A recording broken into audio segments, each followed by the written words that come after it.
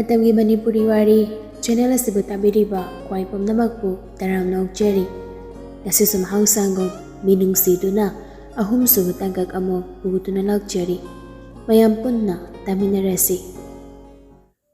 Mayam telebasingdugi maragda jangsanduna makhoyum supam tharai.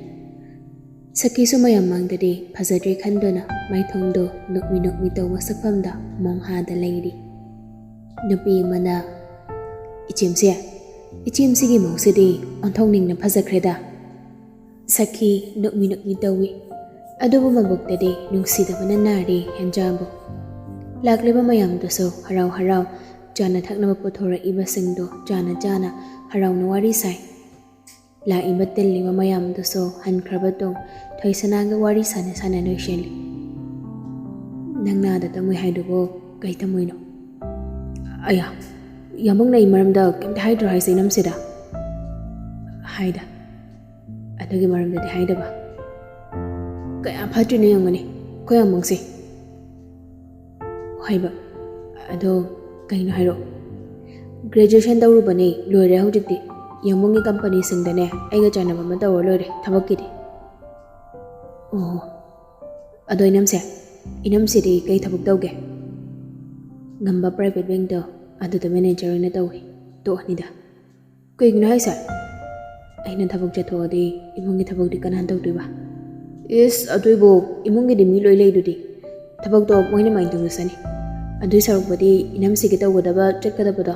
Ado dum chalo. Yamong nga dum chalo kayo no. Yamong ibing ni. Hanja dong na. Kaya na isa. Yamong giro bing sa. Kang do ba do sa?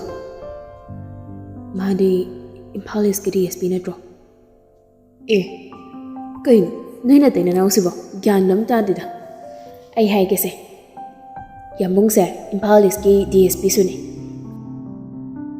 Aduga tungan wa company sing diso apu ni. Ayamba na di jata ba ni. Company sing na yung sinaba miloyin tama ni. Aduga file sing do yung na pura ang gawin na check daw ba ni. Adoy nam si chalo ko tabag daw ka na. Hanja thoisanana hairibadu tana tarang amada thabuk singda loisheli. Thoisanana hanglibadugi wakumdi pirudri. Namsa. How? Kenchang dong saino samjilurasi. Hangdi kay chaninge nangwa ayudi yade ay. Acham boy na jarsi kaksoy kong boy na. Hahoy ngahangliba nga masi. Pungsungali mga tawad ang ngairi. Nagpo thawro chalo nangso waramani. Ay sige paper placing say maningdam to hondo kige. Hay namse. Hanja sa lady ba paper plate singdo paikhat na maningda po thorog do na lay ba dustbin do da honte kam do na manungnu chang nagdi. Somdo sakhido kanano mama ga phone da wari taw bani. Nupi maso kap tarang wangangli. Imase ay laro gid. Ay masigi mangdam ikay. Lohong na bahay na singar ba sida? Panas pa na nabi maluhong kibase. Imasa ayam ikay. Lekay sida sukhang na bamtayaw di. Ayum dagi papan paputok pa ikay ba di. Sakitap na nabi madyan daw at hemjin biri.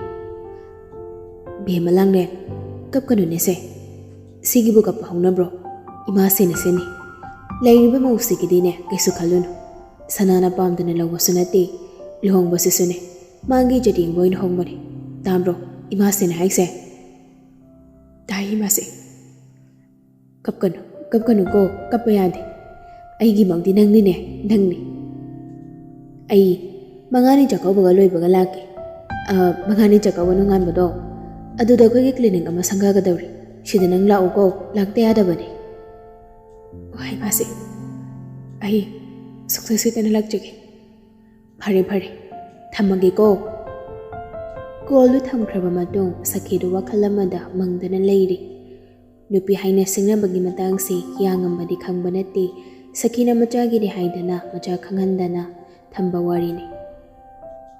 Haudokpa tanjami cha khidabagi macha da wari do haudokpa namhongdabani haujikti macha sulhongli mahakamdawni haidana kok thadaba haurakni. Yangam ba mangi kada phal khara suri. Tungan na lang ba ni kasing do.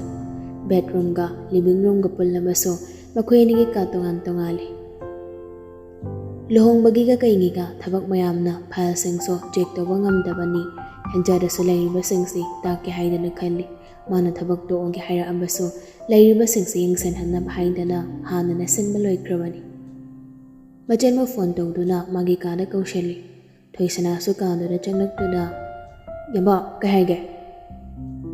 ꯐꯝꯃꯨ ꯁꯤꯗ꯫ ꯊꯣꯏꯁꯅꯥꯁꯨ ꯆꯪꯁꯤꯟꯗꯨꯅ ꯐꯝꯃꯤ꯫ ꯍꯤꯌꯥꯡꯉꯝꯕꯅ ꯃꯈꯥꯗꯣ ꯀꯩ ꯇꯧꯒꯦ ꯍꯥꯏꯕꯅꯣ? ꯑꯥꯗ ꯑꯗꯨꯝ ꯂꯩꯔꯒ ꯇꯝꯊꯒꯦ ꯍꯥꯏꯕ꯭ꯔꯥ? ꯁꯤꯗ ꯁꯨꯝ ꯂꯩꯔꯒꯦꯅ ꯍꯥꯏꯕ꯭ꯔꯥ? ꯊꯣꯏꯁꯅꯥ ꯃꯕꯨꯡꯒꯤ ꯅꯥꯛꯇ ꯅꯪꯅ ꯆꯪꯁꯤꯟꯗꯨꯅ ꯌꯥꯝꯕ ꯑꯩ ꯃꯈꯥ ꯇꯝꯊꯔꯔꯣꯏꯒꯦ꯫ ꯃꯆꯟꯒꯤ ꯋꯥꯗꯨꯗ ꯍꯤꯌꯥꯡꯉꯝꯕꯗꯣ ꯍꯥꯏꯔꯞ ꯌꯦꯡꯉꯛꯏ꯫ ꯊꯣꯏꯁꯅꯥ ꯃꯇꯤꯟꯗ ꯑꯃꯨꯛꯇꯪ ꯀꯨꯠ ꯌꯣꯠꯊꯗꯨꯅ ꯂꯩꯔꯤꯕ ꯌꯥꯝꯕꯨꯡꯒꯤ ꯀꯝꯄꯅꯤꯁꯤꯡꯗꯅꯦ ꯑꯣꯏꯅꯒꯤ ꯊꯕꯛ ꯇꯧꯔꯒꯦꯕ꯫ ꯃꯈꯥ ꯇꯝꯊꯗꯅ ꯃꯇꯝ ꯃꯥꯡꯅꯕꯅꯤ꯫ ꯍꯧꯖꯤꯛꯇꯤ ꯃꯤꯒꯗꯣ ꯂꯣꯏꯅ ꯇꯥꯔ ꯂꯩꯔꯦ ꯁꯤꯗ꯫ ꯑꯩꯅ ꯃꯈꯥ ꯇꯝꯊꯔꯒ ꯃꯇꯝ ꯃꯥꯡꯅꯕꯅꯦꯕ꯫ ꯑꯗꯨꯏ ꯁꯔꯨꯛꯄꯨꯗꯤ ꯌꯥꯝꯕꯨꯡꯒꯤ ꯊꯕꯛꯁꯤꯡꯗ ꯑꯣꯏꯅ ꯌꯥꯎꯁꯤꯜꯂꯒꯦ ꯀꯣ꯫ ꯍꯤꯌꯥꯡꯉꯝꯕꯁꯨ ꯃꯆꯟꯒꯤ ꯋꯥꯗꯨꯗ ꯉꯥꯏꯍꯥꯛꯇ ꯋꯥꯈꯜ ꯈꯟꯕꯒꯤ ꯃꯑꯣꯡꯗ ꯂꯩ꯫ ꯊꯣꯏꯁꯅꯥ ꯃꯕꯨꯡ ꯂꯦꯡ-ꯂꯦꯡꯅ ꯀꯣꯕ ꯌꯥꯝꯕ ꯀꯣ ꯌꯥꯔꯣꯕ ꯀꯣ ꯌꯥꯝꯕ꯫ ꯍꯣꯏ ꯌꯥꯔꯦ꯫ ꯊꯣꯏꯁꯅꯥ ꯍꯔꯥꯎꯅ ꯃꯕꯨꯡꯗ ꯀꯣꯟꯁꯤꯜꯂꯤ꯫ ꯊꯦꯡꯛ ꯌꯨ ꯌꯥꯝꯕ ꯑꯩ ꯆꯠꯂꯦꯀꯣ꯫ ꯍꯩ ꯉꯥꯏꯈꯣꯅꯦ ꯅꯪꯕꯣ꯫ ꯑꯁ ꯀꯩꯃꯨꯛ ꯋꯥꯠꯂꯤꯒꯦ? ꯁꯤ ꯐꯥꯏꯜꯁꯤ ꯅꯅꯝꯁꯤꯒ ꯇꯧꯔꯒꯅꯦ ꯌꯦꯡꯃꯤꯟꯅꯔꯨꯆꯣ ꯆꯠꯂꯣ꯫ ꯃꯥ ꯕꯦꯡꯛꯀꯤ ꯊꯕꯛꯇꯣ ꯇꯣꯛꯅꯤꯡꯕꯒꯤ ꯃꯑꯣꯡꯗ ꯋꯥꯁꯨ ꯍꯥꯏꯕꯅꯤ꯫ ꯌꯨꯝꯗ ꯁꯨꯝ ꯂꯩꯁꯤꯟꯕꯗꯤ ꯌꯥꯗꯦ꯫ ꯅꯈꯣꯏ ꯑꯅꯤ ꯇꯧꯔꯒ ꯂꯩꯔꯤꯕꯁꯤꯡꯁꯦ ꯌꯦꯡꯁꯤꯟꯃꯤꯟꯅꯅꯕ꯫ ꯊꯣꯏꯁꯅꯥ ꯃꯕꯨꯡꯗꯒꯤ ꯐꯥꯏꯜꯗꯨ ꯂꯧꯗꯨꯅ ꯍꯣꯏ ꯑꯗꯨꯗꯤ ꯆꯠꯂꯦꯀꯣ꯫ ꯍꯤꯌꯥꯡꯉꯝꯕꯁꯨ ꯅꯣꯛꯃꯤ ꯃꯀꯣꯛꯇꯨ ꯅꯣꯝꯂꯤ꯫ ꯊꯣꯏꯁꯅꯥ ꯃꯅꯝꯃꯒꯤ ꯀꯥꯗ ꯄꯣꯠ ꯐꯥꯎꯖꯤꯜꯂꯛꯂꯤ꯫ ꯏꯅꯝꯁꯤ꯫ ꯍꯥꯎ ꯊꯕꯛ ꯆꯤꯟꯕ꯭ꯔꯣ? ꯀꯩ ꯂꯩꯔꯒꯦ ꯆꯤꯟꯗꯤ꯫ ꯑꯗꯨꯗꯤꯅꯦ ꯁꯤꯒꯤ ꯐꯥꯏꯜꯁꯦ ꯌꯦꯡꯉꯣ꯫ ꯍꯣꯔꯦꯟ ꯑꯩꯃꯨꯛ ꯂꯧꯒꯦ ꯀꯣ꯫ ꯐꯥꯏꯜꯗꯨ ꯐꯠ ꯊꯝꯃꯝꯃꯒ ꯊꯣꯛꯈ꯭ꯔꯦ꯫ ꯍꯦꯟꯖꯥꯁꯨ ꯇꯤꯡꯉꯛ ꯌꯦꯡꯗꯨꯅ ꯂꯩꯍꯧꯏ꯫ ꯅꯨꯃꯤꯗꯥꯡꯒꯤ ꯆꯥꯛ ꯊꯣꯡꯕꯗꯨ ꯊꯣꯏꯅ ꯄꯥꯝꯖꯕ ꯏꯟꯁꯥꯡꯗꯣ ꯑꯣꯏꯅ ꯊꯣꯡꯂꯦ꯫ ꯆꯥꯛꯈꯨꯝꯗ ꯆꯥꯛ ꯊꯣꯡꯅ ꯑꯅꯤꯗꯨ ꯐꯥꯏꯜꯁꯤꯡꯗꯨ ꯌꯦꯡꯂꯦ꯫ ꯍꯦꯟꯖꯥꯅ ꯀꯩꯗꯧꯅꯕꯅꯣ ꯅꯪꯒꯤꯁꯤꯕꯣ? ꯃꯉꯥꯅꯤ ꯆꯥꯛꯀꯧꯕ ꯂꯣꯏꯕꯒꯅꯦ ꯏꯅꯝꯁꯤꯒ ꯑꯩꯒꯅ ꯄꯥꯅꯔꯗꯧꯅꯤ ꯁꯤꯒꯤ ꯊꯕꯛ ꯃꯌꯥꯝꯁꯤ꯫ ꯀꯩꯅꯣ ꯑꯩꯁꯦ ꯉꯝꯃꯣꯏꯗ ꯑꯩꯗꯤ꯫ ꯑꯁ ꯏꯅꯝꯁꯦ ꯅꯪꯁꯨꯅꯦ ꯁꯨꯕ ꯉꯝꯃꯣꯏꯗ ꯍꯥꯏ ꯇꯧꯔ ꯉꯝꯗꯣꯏꯅꯤ ꯀꯩꯅꯣ꯫ ꯍꯦꯟꯖꯥ ꯋꯥ ꯃꯈꯥ ꯇꯥꯔꯛꯇ ꯇꯨꯃꯤꯟ ꯂꯩꯈ꯭ꯔꯦ꯫ ꯐꯝꯂꯝꯕꯗꯒꯤ ꯍꯧꯒꯠꯇꯨꯅ ꯆꯥꯛꯁꯤꯡꯗꯨ ꯃꯁꯥ ꯃꯁꯥꯒꯤ ꯄ꯭ꯂꯦꯠꯁꯤꯡꯗ ꯃꯁꯥ ꯅꯥꯟꯅ ꯊꯤ꯫ ꯆꯟꯆꯟ ꯏꯃꯥꯁꯤꯗꯣ ꯀꯧꯔꯣ ꯑꯩ ꯃꯊꯛꯇ ꯑꯝꯇ ꯀꯥꯔꯨꯒꯦꯀꯣ꯫ ꯆꯥꯛꯇꯣ ꯅꯣꯏ ꯍꯥꯟꯅ ꯆꯥꯔꯣ꯫ ꯑꯩꯗꯤ ꯀꯌꯥ ꯆꯥꯅꯤꯡꯕꯁꯨ ꯑꯣꯏꯗꯦ ꯑꯗꯨꯅ ꯀꯣꯟꯅ ꯆꯥꯔꯒꯦ꯫ ꯍꯣꯏ꯫ ꯍꯦꯟꯖꯥ ꯃꯈꯣꯏꯒꯤ ꯀꯥꯗ ꯀꯥꯗꯨꯅ ꯍꯤꯌꯥꯡꯉꯝꯕꯗ ꯆꯥꯛ ꯂꯣꯏꯔꯦ ꯍꯥꯏꯗꯨꯅ ꯍꯥꯏꯐꯦꯠ ꯄꯥꯎ ꯍꯥꯏꯔꯝꯂꯒ ꯈ꯭ꯋꯥꯏ ꯃꯊꯛꯇ ꯀꯥꯔꯛꯂꯦ꯫ ꯃꯥ ꯈꯪꯉꯤ ꯁꯈꯤꯅ ꯃꯥꯕꯨ ꯌꯥꯗꯦ ꯃꯥ ꯂꯩꯔꯝꯕꯗꯤ ꯆꯥꯛꯇꯣ ꯏꯟꯊꯤ ꯅꯨꯡꯉꯥꯏꯅ ꯆꯥꯔꯔꯣꯏ ꯍꯥꯏꯕ꯫ ꯃꯗꯨ ꯈꯪꯕꯅ ꯃꯥ ꯃꯐꯝꯗꯨꯗ ꯀꯥꯔꯛꯄꯅꯤ꯫ ꯍꯤꯌꯥꯡꯉꯝꯕ ꯃꯥꯅ ꯌꯦꯡꯉꯤꯕ ꯐꯥꯏꯜꯁꯤꯡꯗꯣ ꯊꯨꯞꯆꯤꯜꯂꯝꯗꯨꯅ ꯃꯈꯥꯗ ꯀꯨꯝꯊꯔꯛꯏ꯫ ꯌꯥꯝꯕ ꯂꯥꯛꯑꯣ꯫ ꯍꯤꯌꯥꯡꯉꯝꯕ ꯕꯦꯁꯤꯟꯗ ꯃꯈꯨꯠ ꯍꯥꯝꯗꯨꯅ ꯆꯤꯌꯔ ꯑꯃ ꯆꯤꯡꯊꯣꯛꯇꯨꯅ ꯐꯝꯊꯔꯛꯏ꯫ ꯁꯈꯤꯁꯨ ꯃꯆꯥꯗ ꯍꯥꯏꯔꯞ ꯌꯦꯡꯗꯨꯅ ꯆꯥꯛꯇꯣ ꯆꯥꯐꯝ ꯊꯣꯛꯄ ꯆꯥꯔꯒ ꯍꯧꯒꯠꯈ꯭ꯔꯦ꯫ ꯍꯤꯌꯥꯡꯉꯝꯕ ꯃꯃꯥ ꯍꯦꯛ ꯊꯣꯛꯈꯤꯕꯒ ꯆꯟꯆꯟ ꯅꯅꯝꯁꯤꯗꯤ? ꯈꯪꯗꯦ ꯌꯥꯝꯕꯨꯡ ꯀꯧꯅꯤꯅ ꯀꯥꯈꯤꯗꯥꯏꯅꯦ꯫ ꯑꯗꯨꯒ ꯃꯥꯗꯤ ꯀꯩꯗꯧꯔꯤꯕ? ꯀꯨꯝꯊꯔꯛꯇꯦꯅ꯫ ꯑꯁ ꯌꯥꯔꯦ ꯆꯥꯛꯇꯣ ꯁꯠ ꯆꯥꯔꯣ꯫ ꯍꯤꯌꯥꯡꯉꯝꯕ ꯆꯥꯛꯇꯨ ꯆꯥꯅ ꯊꯣꯡꯂꯣꯝꯗ ꯍꯥꯏꯔꯞ ꯌꯦꯡꯉꯤ꯫ ꯆꯥꯔꯝꯕꯗꯒꯤ ꯄꯨꯛ ꯍꯧꯒꯠꯇꯨꯅ ꯃꯈꯨꯠ ꯍꯥꯝꯃꯒ ꯊꯣꯛꯈꯤꯒꯦ ꯇꯧꯕꯒ ꯊꯣꯏꯁꯅꯥꯅ ꯌꯥꯝꯕ ꯁꯦ ꯆꯥꯛꯁꯦ ꯄꯨꯈꯠꯈ꯭ꯔꯣ ꯏꯅꯝꯁꯤꯒꯤꯅꯦꯕ ꯃꯁꯥꯅ ꯀꯨꯝꯊꯔꯒꯗꯤ ꯆꯥꯔꯣꯏ꯫ ꯏꯃꯥꯁꯤꯅ ꯅꯨꯡꯉꯥꯏꯔꯣꯏ ꯈꯟꯕꯒꯤ ꯆꯥꯛꯈꯨꯝꯗꯒꯤ ꯊꯣꯛꯈꯤꯕ ꯑꯣꯏꯔꯝꯅꯤ ꯀꯥꯗ ꯑꯗꯨꯝ ꯄꯤꯖꯔꯣ꯫ ꯍꯤꯌꯥꯡꯉꯝꯕꯁꯨ ꯁꯣꯔꯗꯣ ꯁꯥꯡꯅ ꯍꯣꯟꯗꯨꯅ ꯆꯥꯛꯇꯨ ꯂꯧꯗꯨꯅ ꯀꯥꯔꯛꯏ꯫ ꯇꯦꯕꯜ ꯃꯊꯛꯇ ꯆꯥꯛꯇꯨ ꯊꯝꯕꯒ ꯇꯦꯔꯦꯁ ꯂꯩꯔꯤꯕ ꯑꯗꯣꯝꯗ ꯂꯥꯛꯇꯨꯅ ꯑꯃꯝꯕꯁꯤꯗ ꯅꯪꯗꯤ ꯀꯩꯗꯧꯔꯤꯅꯣ? ꯆꯥꯛ ꯆꯥꯔꯕ? ꯌꯥꯝꯕꯨꯡꯗꯤ ꯆꯥꯕꯤꯔꯕ? ꯆꯥꯔꯦ꯫ ꯋꯥꯍꯪꯁꯦ ꯑꯩꯅ ꯍꯪꯕꯅꯤ ꯅꯪ ꯁꯨꯝ ꯍꯪꯖꯤꯜꯂꯛꯑꯦꯅꯦ꯫ ꯍꯦꯟꯖꯥ ꯅꯣꯛꯐꯦꯠ ꯇꯧꯅ ꯅꯨꯡꯗꯣꯜ ꯊꯛꯇ ꯊꯣꯛꯂꯤꯕ ꯊꯋꯥꯟꯃꯤꯆꯥꯛꯁꯤꯡꯕꯨ ꯌꯦꯡꯖꯔꯤ꯫ ꯑꯁꯤꯕ ꯊꯋꯥꯏ ꯈꯨꯗꯤꯡꯃꯛ ꯁꯤꯔꯕ ꯃꯇꯨꯡꯗ ꯊꯋꯥꯟꯃꯤꯆꯥꯛ ꯑꯣꯜꯂꯤꯅ ꯍꯥꯏꯅꯩ꯫ ꯑꯩꯒꯤ ꯏꯃꯥꯒ ꯕꯕꯥꯒꯁꯨ ꯊꯣꯛꯂꯤꯕ ꯊꯋꯥꯟꯃꯤꯆꯥꯛꯁꯤꯡꯁꯤꯒꯤ ꯃꯔꯛꯁꯤꯗ ꯌꯥꯎꯔꯝꯒꯗ꯭ꯔꯥ? ꯃꯆꯥ ꯑꯩꯕꯨ ꯎꯔꯝꯒꯗ꯭ꯔꯥ? ꯎꯔꯝꯗꯧꯕ ꯃꯥꯟꯗꯦ꯫ ꯃꯈꯣꯏꯗꯤ ꯃꯆꯥ ꯑꯩꯕꯨ ꯅꯨꯡꯁꯤꯗꯦ ꯍꯥꯏꯗꯅ ꯀꯂꯛꯆꯧꯕ ꯇꯥꯏꯕꯪꯄꯥꯜꯁꯤꯗ ꯂꯥꯟꯊꯦꯡꯅꯔꯣ ꯍꯥꯏꯗꯅ ꯅꯥꯏꯇꯣꯝ ꯇꯥꯅ ꯊꯝꯕꯤꯔꯝꯕꯅꯤ. ꯃꯈꯣꯏꯅ ꯑꯩꯕꯨ ꯅꯨꯡꯁꯤꯔꯝꯃꯣꯏ, ꯃꯈꯣꯏꯅ ꯑꯩꯕꯨ ꯎꯕꯤꯔꯝꯃꯣꯏꯗ ꯀꯩꯁꯨ. ꯍꯤꯌꯥꯡꯉꯝꯕ ꯃꯈꯨꯠ ꯑꯅꯤꯗꯨ ꯄꯣꯀꯦꯠꯇ ꯍꯨꯝꯂꯗꯨꯅ ꯑꯃꯨꯛꯇꯪ ꯄꯣꯛꯄ ꯃꯤꯑꯣꯏ ꯃꯄꯣꯛꯅꯤ. ꯄꯣꯛꯂꯕꯗꯤ ꯁꯤꯕ ꯍꯥꯏꯕꯁꯤꯁꯨ ꯃꯁꯥꯅ ꯇꯥꯕꯅꯤ. ꯅꯪ ꯑꯩꯁꯨ ꯅꯣꯡꯃꯗꯤ ꯁꯨꯡꯁꯣꯏ ꯁꯣꯏꯗꯅ ꯁꯤꯔꯛꯀꯗꯧ ꯉꯥꯛꯇꯅꯤ. ꯑꯍꯥꯟ ꯑꯀꯣꯟꯒꯤ ꯋꯥꯅꯤ. ꯑꯍꯥꯟ ꯑꯀꯣꯟ ꯍꯥꯏꯕ ꯄꯨꯟꯁꯤꯁꯤꯅꯤ ꯑꯩꯅ ꯁꯥꯎꯅꯤꯡꯂꯤꯁꯤ. ꯀꯩꯒꯤ ꯑꯩꯕꯨꯁꯨ ꯂꯧꯁꯤꯟꯕꯤꯗꯦ ꯍꯥꯏꯗꯅ. ꯀꯔꯤꯒꯤ ꯁꯤꯕꯕꯨ ꯄꯥꯝꯂꯤꯅꯣ? ꯃꯤꯑꯣꯏꯕꯒꯤ ꯃꯄꯣꯛꯁꯦ ꯄꯥꯛꯅ ꯄꯣꯛꯄ ꯉꯝꯗꯕꯅꯤ. Life is too short. Enjoy every moment. Every time, be happy always. Don't lose your confidence. Go always ahead. Nungaitaba amada punsibu manghange khanganu. Thauna laina hingba tamu. Lau, chak chathongnaba taru lau. Chaningba phaungdre. Chanchani mase odi chakraba. Chare, nathanda ngaire. Lau ko chara hinbata hoide. Chaningdi, charoige. Ningai tawnu ko. Tawdeda. Chaningdabaini. Chaningdi haido ningai natabro. Henja wangangda tuminan lay. Yambongnegi khanbiba sikom imasina saibu kachik toirasone. Minungsi machiram toiraso utpiragadi ayena nungai gadawne. Handagi waduda hiyangamba nungai dana henjada yengi aduga makutta sambidona. Lau ko chakchanaba. Laibak pai haisira, thingba haisira.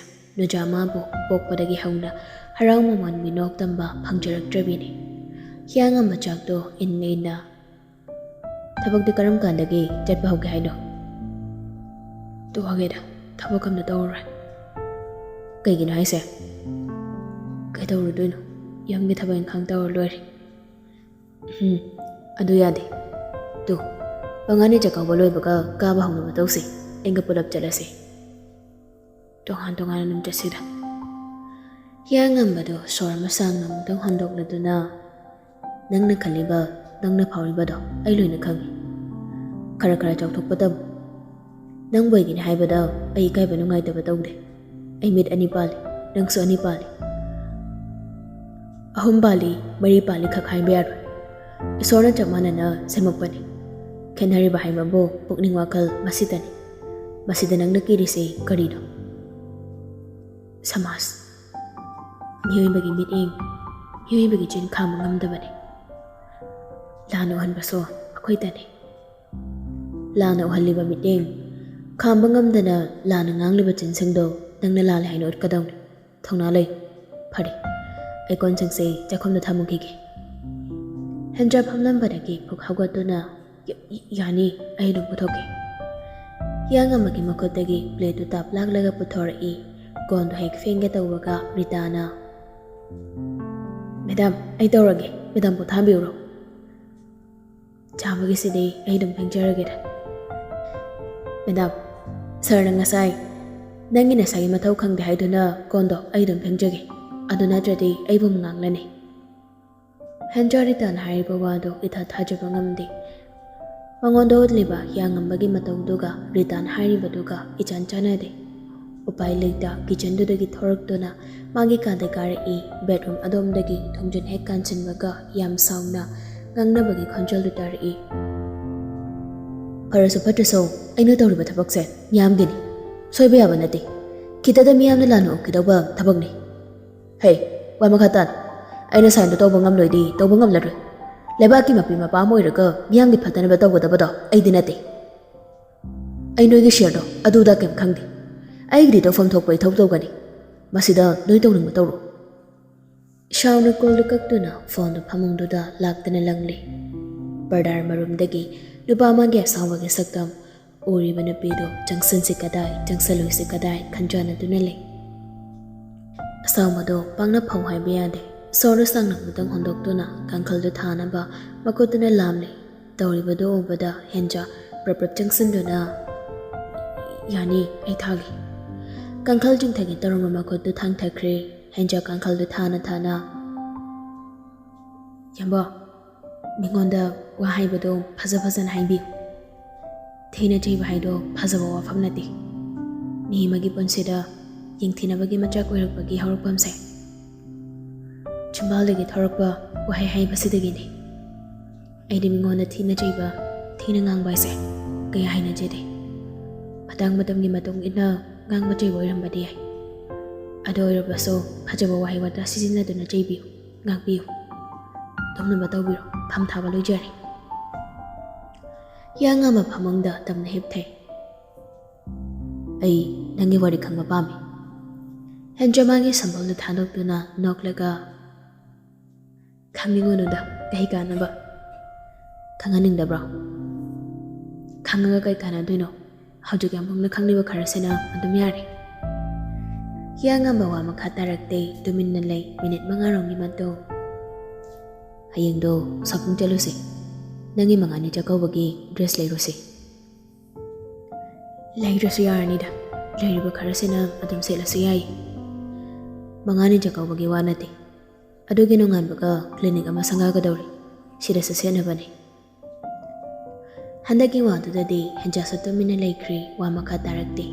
Asam Naukibana, Mangani Jacobana Midoni. And just a tuition and Gibiram Dona Tamnam lay, Devil Matak the lay, but Rani said Anido, Garamba said Cheki Hinduna, Ganingly. Then Jaduda, young Amasutanga Duna. Janon say, I'm the Tenbio. Yadri, ain't a Tenbody.